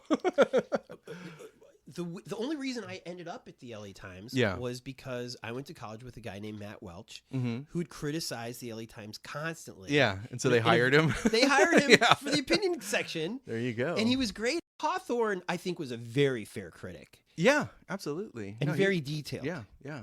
Very, he's and a good writer, honestly, too. And it doesn't hurt to be a kick-ass writer. Yeah. But what you are about, do you have any peers? I don't. Okay, there is a guy, Tom Lamb, who does neighborhood maps. I don't believe he lives in California, but he used to live here, and you'll see his stuff. He's much better at having his stuff in shops because you'll see his stuff in bookstores, and he has a very different style. It's much more. It's not really about neighborhood borders or things. It will be like his Los Feliz map will probably have some cartoon people walking around in cars and. It's just a different, it's just a totally different style, and it will have like more businesses and stuff. Whereas mine will be like more, where does Los Feliz start and stop? And like, I also have a feeling about gated communities. I don't think they should be considered part of the neighborhood they're surrounded by because they've made a decision, and I don't think, they don't want to be part of the neighborhood, and the people around them aren't welcome there. So it's like, the gated community inside of Los Feliz to me is not Los Feliz. But I see you have Beverly Crest here. Yeah, isn't that mostly gated? There's gated communities in it. Yeah. Right. Which is funny, too, to me. Like, a gated community next to a gated community. Right. I don't like those people. I don't like my neighbors from Beverly Hills, or my neighbors from this gated community with, like, a super pretentious name that has nothing to do. Like, Wallingford Estates is one of my favorites. You can't trust people with Ferraris. Or Lamborghinis. And they're, like, gated communities of, like, 13 houses. You know, my favorite gated community is near here. Oh, Hathaway Estates. Is that what that's called? Up by the Garbett mansion. So there's a mansion up on the hill. I've been entirely. in it. I have. Well, when I did Lyft back in the driving days. Lyft too? Yes, I did Lyft until the insurance went up because you had to be insured when you're not carrying passengers. Yes. And that's when I got my current job delivering. I just went to a place and was like, "Do you need any delivery people?" And they're like, "Sure." So this is the American Apparel. So I had to deliver. Dove Charney. So and then I had to deliver to Dove Charney, and he was supposed to not be at American Apparel anymore. Yeah. But I delivered to him at the parking lot of American Apparel in like La Mirada. So he was in the parking lot, He was in a car when I got there and like stepped out. And what I delivered to him was not a passenger. It was like a pillow and a folding chair and a coat from the Garbett Mansion. My Chinatown episode. Yeah. I interviewed a friend who was his right-hand girl. I listened to that one. Yeah. I remember that. So he likes to like live in the office. Well, and I remember she it seemed like she said that a lot of like the rumors about him being like super creepy were kind of just like, oh, this is like, I'm trying to build this brand as like this rebellious guy that can't be, but some of it was like maybe a bit exaggerated, but kind of didn't end up working for him. I don't know. He's got new billboards. No, yeah, that's true. He's got one. I'm sure if you go down by Michelangelo's, there will be one right there. Yeah. And you notice him. he's back at it. Yeah. And but that gated community up there, someone called it the Hathaway Estate. Someone called it Little Orange County because all the houses are almost identical. They're all mock Tudors. So that neighborhood is the neighborhood that I grew up in Illinois. Oh, really? So okay, so it looks like Tustin kind of. Yeah. Which is kind of straight out of the neighborhood in E.T. Yes, on Halloween when they're riding their bikes around, and I'm like, that's just straight up 70s. Yeah. But they just put a gate around it. We had one of those where I grew up mostly in Columbia, Missouri. I remember there was like a mock Tudor duplex like neighborhood where all the duplexes looked the same. And I remember as a kid thinking like, what if you forgot which one was yours? Right. And the homeowners association wouldn't let you paint yours pink. Yeah. Like it all had to be painted the same color. Yeah. And so is that your favorite gated community? It is funny. I mean, I do go up there because it's not fancy houses. No, they're not. No. And who are you protecting yourself from? The good people of Silver Lake. Yeah. Your wealthy neighbors below. Like, save me from them. You're worried about Beck? So if you go up there, you have to like sign in to do a delivery. Yeah. I mean, you've done passengers probably up there. Yeah.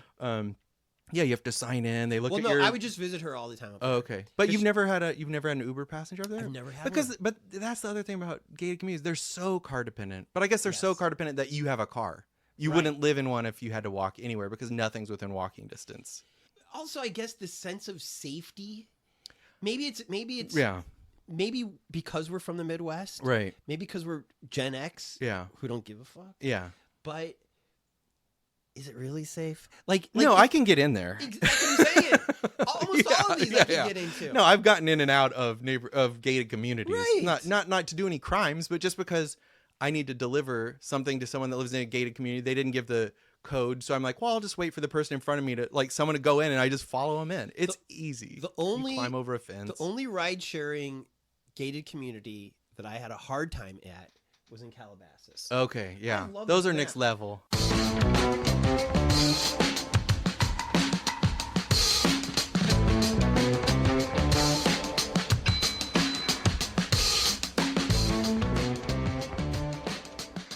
How many of these maps do you have? Well, I'll show you. There's a box over there next to the Pee-wee doll. There's probably about 120 like small ones in there. But this size. But that's the only big one. Yeah, that big. I mean, there's this one. This is of all the trains in Southern California, and there's one of the Channel. There's a big one of the Channel Islands. That's a very lonely map over there. Well, I mean, you got San Diego and Amtrak. Yeah, so I just wanted to have all of it because when you look at the Metro map, MetroLink is always like. You almost have to like look at it like one of those illusion things where you have to like cross your eyes a little bit and you're like, oh God, MetroLink's on here too. It's like they don't want you to know, which I don't get because it's a much more connected map if you're willing to transfer from a Metro to a MetroLink. And there's no reason not to. Anyway, I want this in my house. Yeah. I want this in my house. And it's too big to scan. That's my problem. Someone Shepard Fairey used to make giant. I happened to be walking with my friend. Yeah. And he was having a block party. Oh yeah. I was like, Shepard, and I was wearing an Obey shirt with his wife's face on it. It's funny. I've seen him putting stickers on dumpsters, and like he looks over his shoulder, like, and I don't know if he's like, I might get recognized by fans, or I might actually get in trouble for putting a sticker on a dumpster. I think he's one strike away. Really? Something bad happening. Okay. Well, I won't say which dumpster it was on. But he's committed. Yeah. That's what I love about him. Well, no, I know. Yeah, he's got to be in his 50s, and he's still out there stickering away, you know? And it was an Obey sticker. But my point about this poster is he makes the big giant ones, too. Yeah. So he's figured out how he can go to Kinko's right. and make I guess you paste them all together. Yeah. Or I mean, I'm sure if you had like a very good camera or something, you could just there's ways. I don't have it. There's ways for people with money. I would pay. Azuki keeps doing. She's done a lot of work on the edge and on the bottom. So you let your wife touch your art? No. This is my cat. So. Oh, wait a second. So she's done a lot of the other one. She's done. That's how she gets my attention, is by chewing on things that are of value. Do you throw her outside when she does that? Well, no, because she just escapes immediately. She punched out this screen, and like she's unstoppable. She's a maniac. A great cat daddy. I get very upset. I just consider her my collaborator now. It's like, okay, you like this is priceless. You kind right of distressed this area over here. You could sell this for maybe $1,000. Well, probably. I've sold smaller ones for more than that. Yeah, well, that's what I'm saying. And the cat is. I've sold 8.5 by 11 for like more than 1,000. So I guess I could. Really? Yeah. Good for you. But okay, let's. Where are we at here? Okay, we have to wrap up. Okay. Where can people buy your art?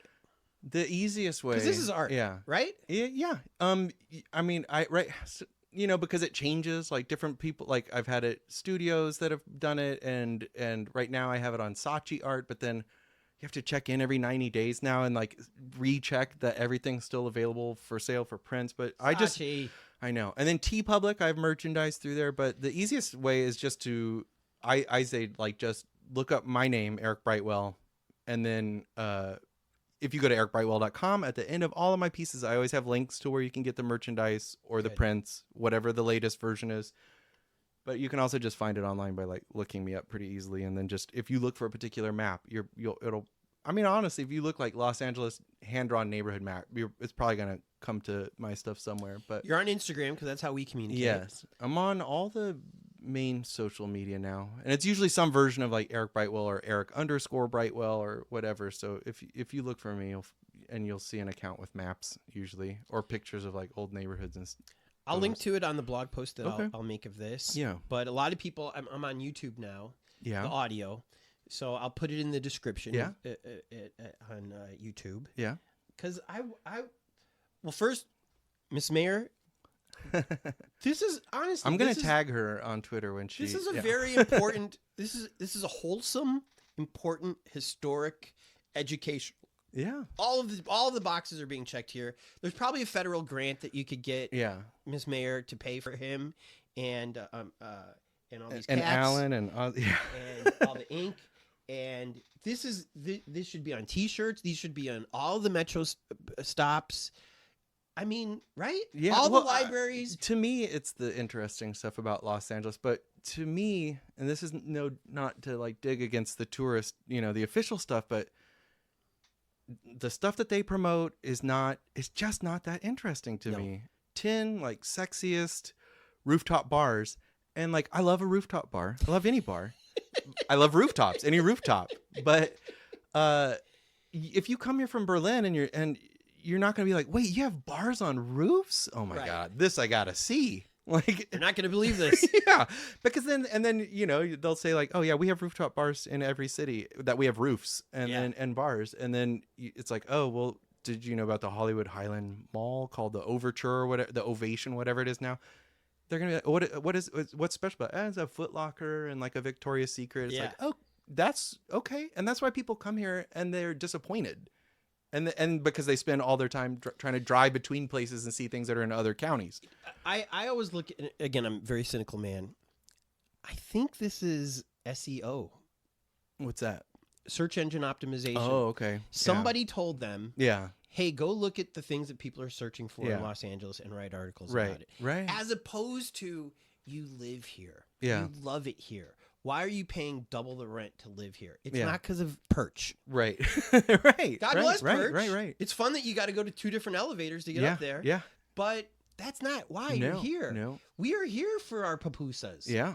We are here for the catacombs and the lizard people. Mm-hmm.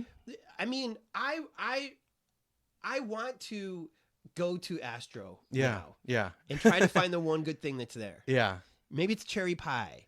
Maybe it's a good shake. Maybe it's a lime Ricky. You don't have any dietary restrictions? No. Then my thing is I always just go to a restaurant and say like, what do you recommend? Yeah. And I'm vegetarian, so I just say like, what do vegetarians eat here? Mm-hmm. Because I don't know. So many places in Los Angeles have too many things on the menu, and you don't know what they specialize in. You and I are true air signs. Okay. I couldn't care less what's on the menu. Right. I want to ask the waitress. Yeah. Plus, I don't even know how to read from top. My eyes just start bouncing around. I'm like, oh, look over here. Right. I'm reading from the bottom. Okay, I've already read that section. It's like, can you just tell me? Don't you also kind of know in your head what you want before you even get in there? A lot of times, yeah, it depends. So like Astro, Yeah. I would love a nice liver and onions. Okay. Which I'm sure is disgusting to a vegan. I've never had liver in my life, so. It reminds me of childhood. Yeah. With some mustard on it. To me, that's like a cartoon meat. Like that's something they eat in Tom and Jerry or something. Like I don't. But I want to ask the waitress first. Hey, is it any good over here? Yeah. And if she's like, yeah, then you know. Right. Forget menus. Yeah. Just Don't go need there, 'em. and then some. I mean, honestly, and you don't want to be the person that is impossible, but I'll go to some places where there's like nothing vegetarian on the menu, and I just say, is there anything vegetarian that the chef could make? And usually they'll be apologetic and be like, okay, he said he can do this. Does that sound good to you? Do you like these vegetables? I'm like, that sounds great. And then just don't complain because they just made something for you that's special. And it happens so infrequently in Los Angeles. Like this, it has to be the vegetarian capital of the U.S. Of the U.S. for sure. Yeah. Like one of the meatiest nations. This Yeah. is like the vegetarian capital. But just based on like, how many vegan and vegetarian places there are, which I did make a map of too. I dated a lovely girl who was my first vegetarian girlfriend, and we just happened to be at the pantry, and we sat down, and I was like, "Oh, surely there'll be something here." Yeah. And she was like, "Do you have anything vegan?" She's like, the guy goes, "We got fish." Yeah. And Yep. it's like, are you out of your mind? That was the old days. Yeah. People would be like, you eat meat and soup though, right? And I'd be like, no, that's not how not eating meat works. I straight up had that happen in Iowa. Beef barley soup after I just told him I'm vegetarian. Like, how would beef barley soup be vegetarian? Does it have beef in it? Yes. It's the first word. If we got you this job with the mayor, Yeah. would you want to spend any time in City Hall, or do you want to always be out in the neighborhoods? I would want mostly to be out in the neighborhoods. I used to have a shop on the corner, and part of the reason I closed was because I got tired of sitting inside all the time. Because I don't...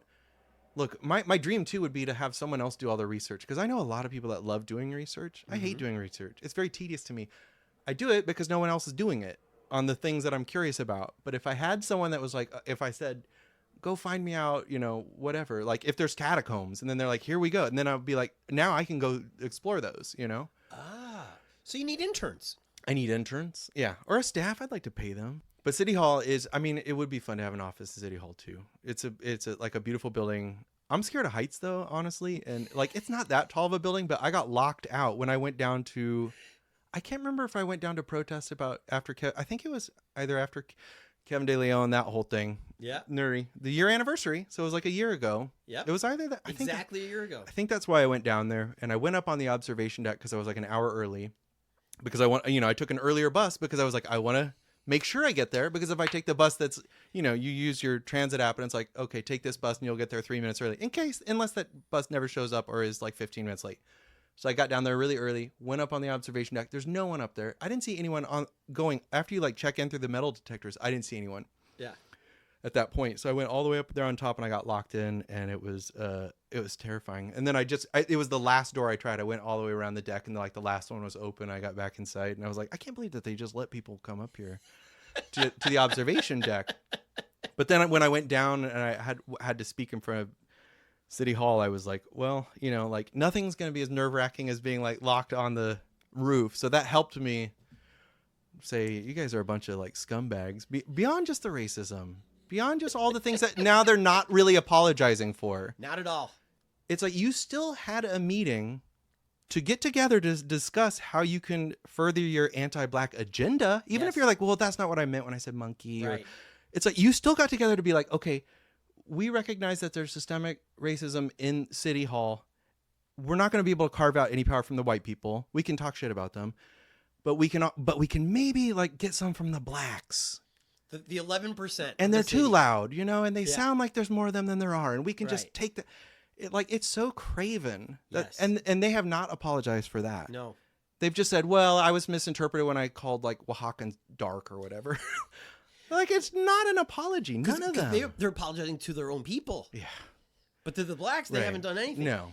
I mean, I guess. Well, then it's kind of like sorry if I said some things that some people interpret a certain way that hurt their feelings. Yeah. Like it's one of those non-apologies. I take it back. Yeah.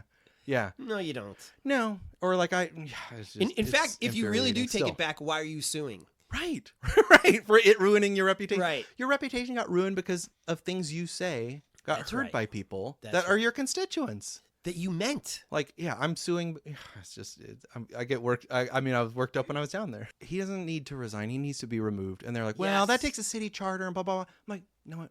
They're You can, fine. you can figure out a way. Even if you all just use your soapbox every time to be like, I'm not comfortable with this person being in the room every day. Like I work with you. You need to go. Just do that. Like because But they're worried about their own tails. I'm not a political reporter, but the thing that really strikes me as having changed in the last couple of years is people paying attention to city council more. Yeah. Because they used to skate by on knowing that no one pays attention. It's like, okay, we got like this FBI indictment, that FBI indictment. Who cares? Like no one's watching. So what? Like, oh, you're person B in this like Staffer B. But Staffer B, yeah. But some people are watching now, and nobody used to. And like, I'm sorry, but like the national media, especially to me, is a distraction. We live in a state where our vote for president doesn't count. Everyone that listens to this show can vote for Trump or Biden, and it will not change the outcome of the election. Yep. And yet we're told, like, we're constantly bombarded with messages and emails saying this is the most important election. Guess what? Ever. Like they're all the most important election ever. Mm-hmm. And you got to give money to the Democrats and blah, blah, blah. And it's like, what about like the local news, like the TV news? They're not covering like city hall stuff. Not to the extent that they should be. That's right. KDL should be on there every day. Yeah. Every day there should be. Well, and city council should be on local news every day. There should be something like this is what they're voting on. News should be, I think, like, hey, they're having their transportation committee. It's open to the public. These are the things that are on the agenda. Yes. Not just, guess what? There's traffic. Right. Like, there's always traffic. It's always sunny. Hey, how's the weather traffic. in Disneyland today there, Marty? Yeah. It's like, I don't, and honestly, like, I know some people want there to be sports in like LA Times and New York Times and stuff like that. I don't care about it. But the weather stuff, like, the Weather Channel's got that under control. Right. You don't need to turn to local news for everything. You know, that's right. I don't know. Let's end with this then. Yeah. You called LA the what richest city? It's the third richest by gross municipal product. Third richest city on the planet. In the planet. Yeah. Shouldn't we be our own country? Forget being our own state. Yeah. I want to leapfrog past state to our own country. From Calexit to just Los Angeles. Because there's Luxembourg. Yeah. There's all these like a little Liechtenstein, San Marino. Right. Yeah. There's all these stands. There's all these like little baby countries Monaco, in the world. Yeah. That don't have Hollywood. Yeah. Yeah. Don't have maybe they have pretty beaches. Yeah. Prettier than ours. Yeah. Well, we have some warmer beaches. We got to take Orange County then too, because Laguna Beach is beautiful. No, I don't want. No, you don't want them. No. Just L.A. Maybe North Orange County. What is so important about? I love North Orange County. About Santa Ana. Oh, I love I mean, like Little Saigon, Little Arabia. They have their own little soul down there. They do. It that part of Orange County to me feels more oriented towards Los Angeles than, and like South County feels like it's almost oriented towards San Diego. And I just think like back when the OC Weekly was basically Gustavo Arellano's blog. That's right. They would have like their 100 greatest things in Orange County. 70 of them would be in like Long Beach always. And I was like, surely if you love Orange County that much, you can find 100 things that you like about it. But they always had to go. So it was like, you raise a great point. Gustavo was so good at the OC Weekly. Yeah. So good. Yeah. I feel like the Times kind of put him in the wrong position with that podcast. Yeah. There's things I like about him more than other, like. Not that I'm competing against the LA Times in any podcast. I just feel like he's such a superstar. Yeah. To put him at wide receiver instead of quarterback is kind of crazy to me. You know, like he's such a great voice. He's such a unique voice, especially when he was in Orange County, because that's not how the playbook goes. Right. Well, and when Colin wanted to interview him, he was like, "Not if I have to come to Los Angeles." But yet, now you're at the Los Angeles Times, where he always should have been. Yeah, and where he always wanted to be, I'm sure. But course. you're like, oh no, I can't come to. I don't know. The whole Okay, so the back rivalry between back to them the is country. silly to me. Anyway, yes, the country of Los You know what? Angeles. As my vice president, Okay. you can annex as Yeah. much as you want. Well, let's have like a UN vote and allow them to say, do you want to join us or not? Oh, that's a good idea. You know, because I bet you they would. The North Orange County people. some of them probably would. Yeah. Because I bet you they feel racist against. Yeah, they probably don't want to be part of However the you wanna nation say of South Orange County. No, no, and vice Yeah. versa. Yeah, exactly. It's like You know, a gated 'cause- community. Right, because Just gate off South also Orange the County. votes. Like if Orange County could be as red as it wanted to be, yeah, they'd be happier. yeah. I want people to be happy, Right. and so I want this to be its own country, Right. and I don't know what's stopping it. Yeah.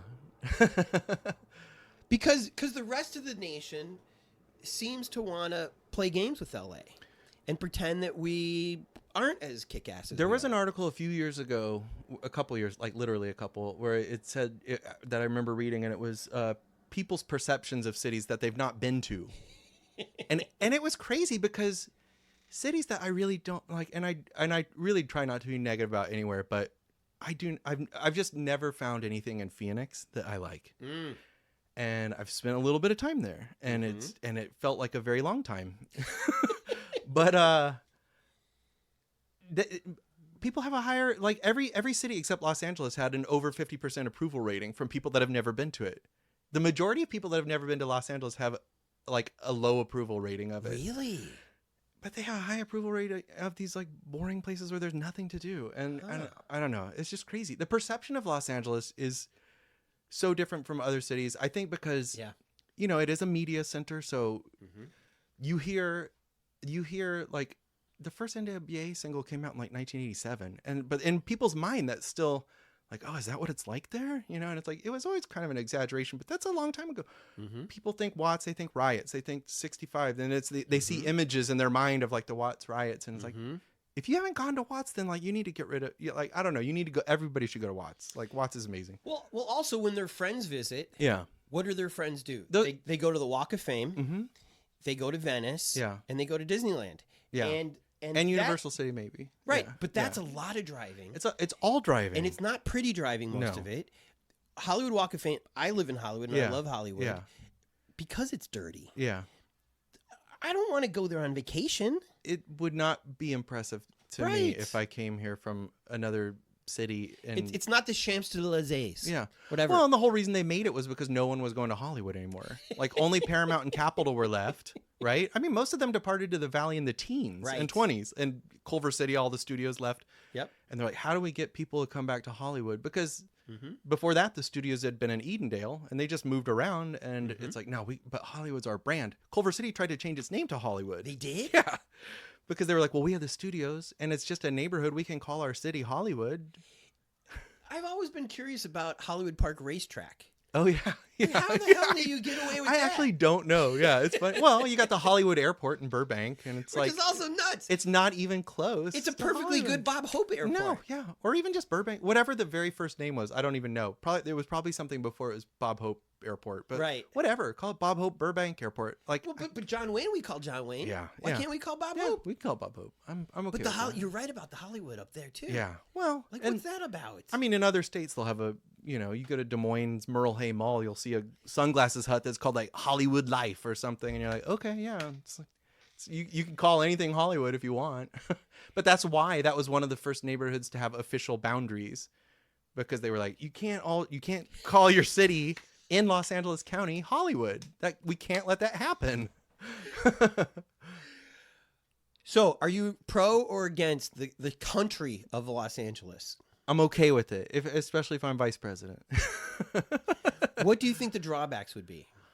I mean, I'm more okay with the country of Southern California, to be honest. Like I love stuff outside of. I think Los Angeles should be the capital of our kingdom. Again, I don't think that the nice people of Orange County or the nice people in Bakersfield are fairly represented. Yeah.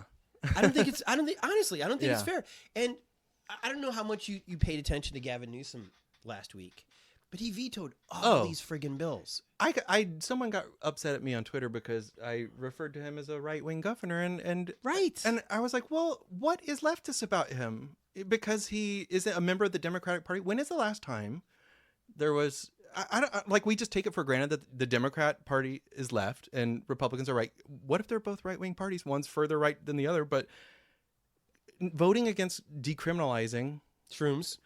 and Crazy. then the like kidney thing, like the health insurance thing, like he's constantly Yep. doing stuff like that. Voting against rolling stops for bikes at stop Yep. signs, like he vetoes everything that The past, you have to know overwhelmingly, in his heart of hearts he knows is what we need to be doing. But it's I like think capping insulin was a unanimous decision. yeah.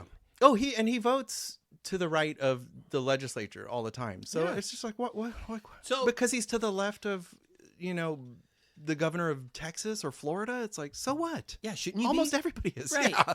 And but also it's like, who are you representing, Yeah. Governor? Yeah. Like I can understand because we're both air signs, so we're very Right. idealistic people. Yeah.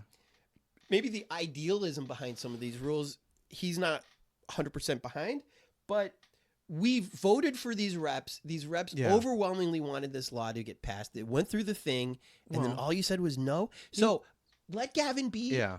the Orange County governor. But you know who I say? I mean, honestly, who it's best for is like MDMA dealers, mushroom dealers. Yeah. They're the ones that are like, whew, Price is going to stay high. thanks for not legalizing that and Yeah. putting me, possibly out of a job. But Wait, MDMA got vetoed? I thought it was psilocybin, MDMA, and maybe LSD. Yeah, but I haven't done maybe MDMA it was just in so mushrooms. long. well, no one can do. I don't know. It's You very scary can't. to do recreational Right. drugs because you're like, oh, is this something that will give me profound insights that I take with me for the rest of my life, or will it kill me?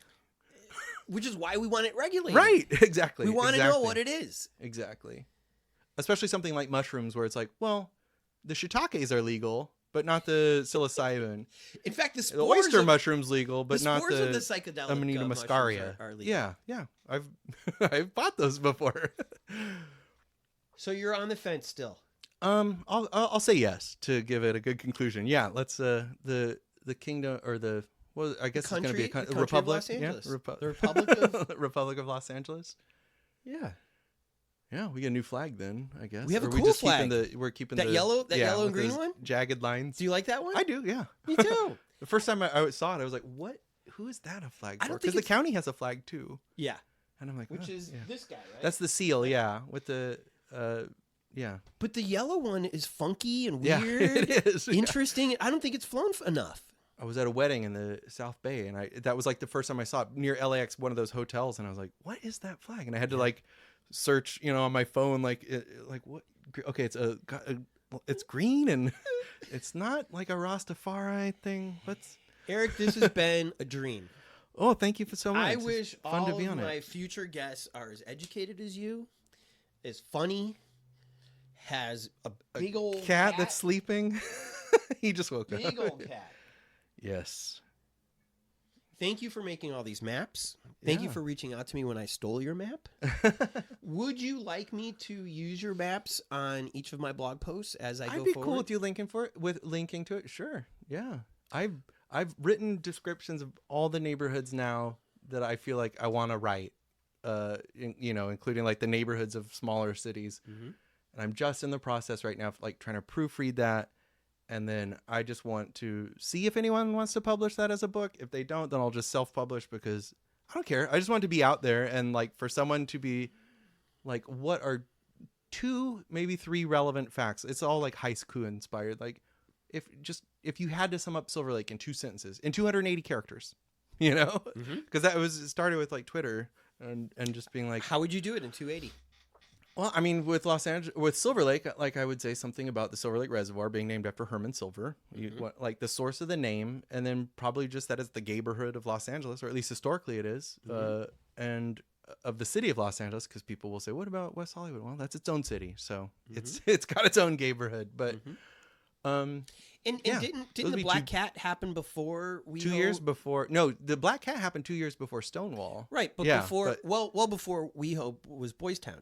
There was stuff happening in West Hollywood, I think, pretty early on, just because, that's where the strip is and everything, because And it was unincorporated. it's unincorporated, surrounded by LAPD, but LAPD can't go in there because it's not their jurisdiction. So it's like, okay, then this is going to be where the gay clubs are, the rock right. clubs, Black Barney's people, Beanery. crazy. yeah. Barney's Beanery trying to fight the good homophobic fight Right. against West Hollywood being How did that too place gay. not burn down? I don't know. Yeah, that's kind of it's kind of. I mean, I haven't been in there in a long time. Actually, the last time I went in there was when I was writing doing the WeHo pickup line. They have like a free shuttle on, and I think this was for KCET, and it was one of the most homoerotic places I've been. Barney's Beanery, like it's not a gay club, but I was like, man, there's like rock videos on above screens, above urinals, and wrestling, and I was like, okay, just you guys are straight, we get it. Right. Very heterosexual.